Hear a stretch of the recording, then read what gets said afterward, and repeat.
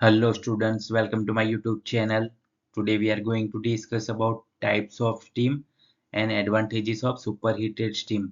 So आज हम बात करेंगे steam यानी कि भाप के types के बारे में and superheated steam के advantages के बारे में. So without wasting much time, let us start this video. Types. Wet steam यानी कि जिसको हम कहेंगे गीली स्टीम यानी कि भाप. ड्राई सैचुरेटेड स्टीम, ड्राई यानी कि सूखी, सैचुरेटेड यानी कि संतृप्त, स्टीम यानी कि भाप. सुपरहीटेड स्टीम जिसे हम बोलेंगे अति तापित स्टीम यानी कि भाप.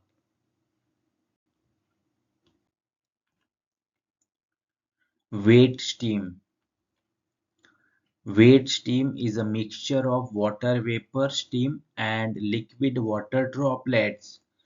Wet steam जिसे हम बोलेंगे गीली भाप, वो क्या है? बेसिकली मिक्सचर है वाटर वेपर यानी कि जल बाष्प, जिसको हम स्टीम बोलेंगे यानी कि भाप, एंड लिक्विड वाटर ड्रॉपलेट्स यानी कि पानी की जो बूंदे हैं उनका मिश्रण है जिसे हम बोलेंगे वेट स्टीम. तो आपको सिंपल याद रखना है, वेट स्टीम जो कि जल की बाष्प और जो पानी की बूंदे हैं उनका जो मिश्रण है, मिक्सचर यानी कि मिश्रण है, उसको ही हम वेट स्टीम यानी कि गीली भाप बोलेंगे. It occur when the heating process is not complete and some water remains in a liquid state within the steam.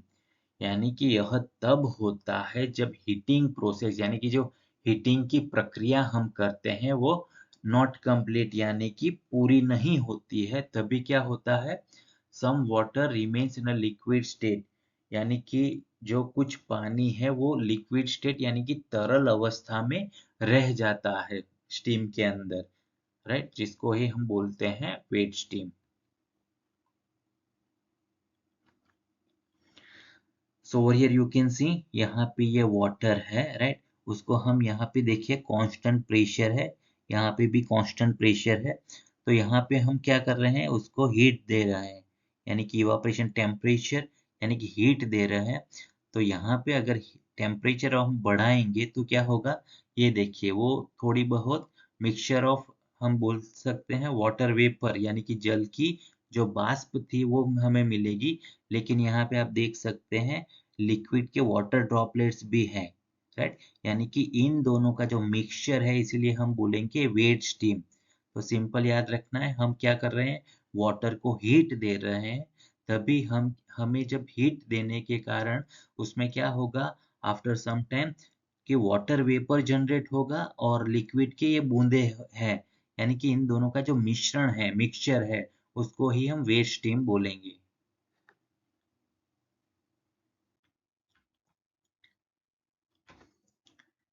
It is considered unsaturated because it's not fully converted to steam. Right, तो जो waste steam है उसको बोला जाएगा unsaturated, जिसको हम बोल सकते हैं असंतृप्त, because it is not fully converted to steam, क्योंकि यहाँ पे क्या है कि यह पूरी तरह से स्टीम यानी कि भाप में परिवर्तित नहीं होती है. The presence of water droplets can reduce the efficiency of steam system and potentially cause corrosion. यानी कि अगर स्टीम के अंदर वाटर ड्रॉपलेट्स हैं, प्रेजेंस यानी कि है, तो यहाँ पे क्या होगा? जो स्टीम सिस्टम का जो एफिशिएंसी है यानी कि जो उसकी दक्षता है वो रिड्यूस होगा यानी कि कम कर देगा, एंड पोटेंशियली कोज कोरोजन, और क्या होगा? जो हम कोरोजन यानी कि जो जंग लगता है, वो जंग लगने का यहाँ पे कारण बन सकती है वेट स्टीम, राइट, क्यों? क्योंकि वेट स्टीम के अंदर वाटर ड्रॉपलेट्स अवेलेबल है, प्रेजेंस है.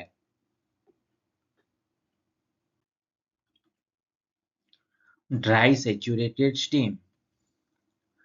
When the wet steam is further heated and it does not contain any suspended water particles and its temperature is equal to saturation temperature at a given pressure, The steam is known as dry saturated steam or dry steam. So basically हमने जो wait steam के बारे में बात किया, तो उसी wait steam को हम फर्दर हीट यानी कि उसको हम और भी हीट प्रोवाइड करेंगे, तो यहाँ पे क्या होगा, does not contain any suspended water particles, यानी कि तभी उसमें से जो निलंबित जल के कण है, वाटर पार्टिकल यानी कि जल के कण है, वो क्या होगा, नहीं रहेंगे, क्योंकि उसमें से निकल जाएंगे। And its temperature is equal to saturation temperature, और उसका जो तापमान है वो संतृप्ति तापमान के बराबर होता है एट अ गिवन प्रेशर, यानी कि एक निश्चित दबाव पर।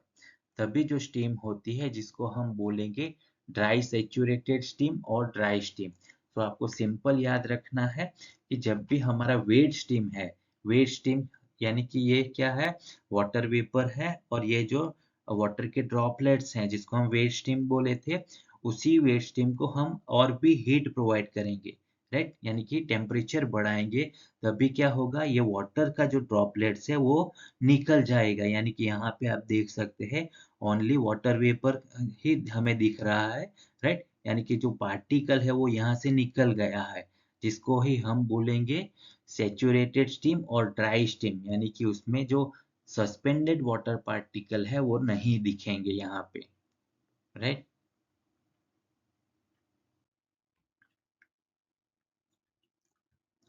It is considered saturated because it's at the point where any further heat removal would cause condensation, यानी कि ऐसा कहा जाता है कि वो जो ड्राई सैचुरेटेड स्टीम है वो किस तरह की रहेंगी, सैचुरेटेड यानी कि संतृप्त माना जाता है इसे, क्योंकि अगर इस पॉइंट पे एनी फर्दर हीट रिमूवल, उसमें से हम थोड़ी हीट जो है रिमूव कर लेंगे यानी कि हटा देंगे, तो क्या होगा, कॉज कंडेंसेशन, यानी कि वो संघनन हो जाएगा, यानी कि जो स्टीम है उसमें से फिर से वाटर पार्टिकल जनरेट हो जाएंगे।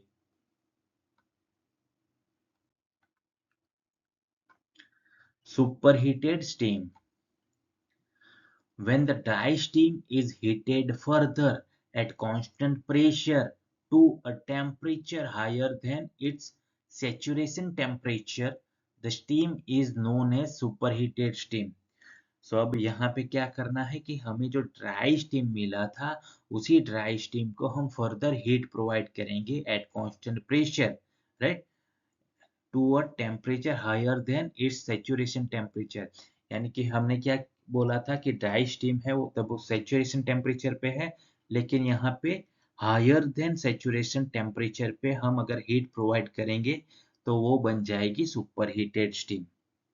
तो यहाँ पे इस इमेज में देखिए, यहाँ पे हमारे पास ये क्या है, ड्राई सैचुरेटेड स्टीम है, उसको हमें फर्दर हीट कर प्रोवाइड करना है, कांस्टेंट प्रेशर पे फर्दर हीट प्रोवाइड करेंगे तो वो स्टीम जो है वो बन जाएगी सुपर हीटेड स्टीम, और उसका टेम्परेचर कैसा रहेगा, सैचुरेशन टेम्परेचर से भी ज्यादा, राइट, क्योंकि यहाँ पे मेंशन है temperature higher than its saturation temperature, क्योंकि सैचुरेशन टेम्परेचर पे तो हमें ये ड्राई सैचुरेटेड स्टीम मिला, अब हम इसको फर्दर हीट प्रोवाइड करेंगे तो वो बन जाएगी सुपर हीटेड स्टीम।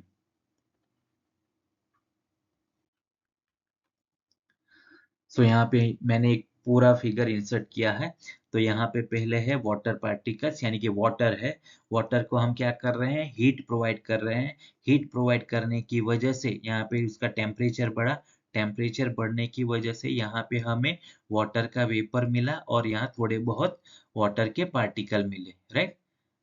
उसके बाद हमें क्या करना है, जो वेट सैचुरेटेड स्टीम बना उसको हम फर्दर हीटिंग यानी कि हीट प्रोवाइड करेंगे तो वो कन्वर्ट हो जाएगा ड्राई सैचुरेटेड स्टीम, यानी कि ये सैचुरेशन टेम्परेचर पे होगा, राइट, क्योंकि यहाँ से अगर हम थोड़ा बहुत भी जो हीट है वो निकाल देंगे तो वो फिर से इस तरह के वाटर ड्रॉपलेट्स में कन्वर्ट होने लगेगा, राइट, जिसको हम बोलेंगे ड्राई सैचुरेटेड स्टीम। अब फर्दर अगर हमें ड्राई सैचुरेटेड स्टीम को हीटिंग प्रोवाइड करेंगे तो वो बन जाएगा super heated steam.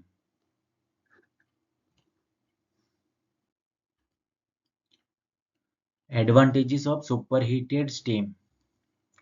High temperature of superheated steam results in increase in thermal efficiency, यानी कि जो सुपर हीटेड स्टीम है उसका टेम्परेचर बेसिकली हाई होता है, जिसकी वजह से थर्मल एफिशिएंसी है उसको क्या है इंक्रीज होगी यानी कि बढ़ेगी।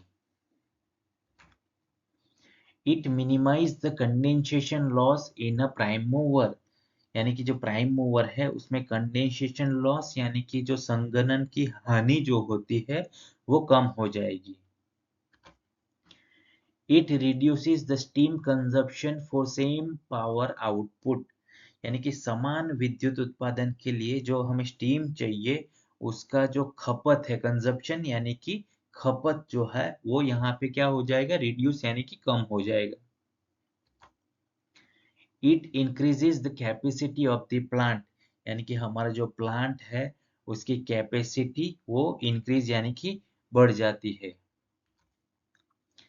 It reduces the problem of erosion and corrosion in turbine blades, क्योंकि यहाँ पे बेसिकली हम सुपर हीटेड स्टीम का इस्तेमाल करेंगे तभी उसमें वाटर पार्टिकल नहीं होंगे, राइट। तो वो क्या करेगा जो टरबाइन ब्लेड के ऊपर, क्योंकि स्टीम को हम कहाँ पे थ्रो करेंगे स्टीम टरबाइन के ऊपर, तो यहाँ पे टरबाइन के ब्लेड पे अगर वाटर पार्टिकल नहीं होंगे जिसकी वजह से इरोजन यानी कि जो क्षरण होता है एंड कोरोजन यानी कि जो काट लगना वो होता है वो यहाँ पे रिड्यूस यानी कि कम हो जाता है।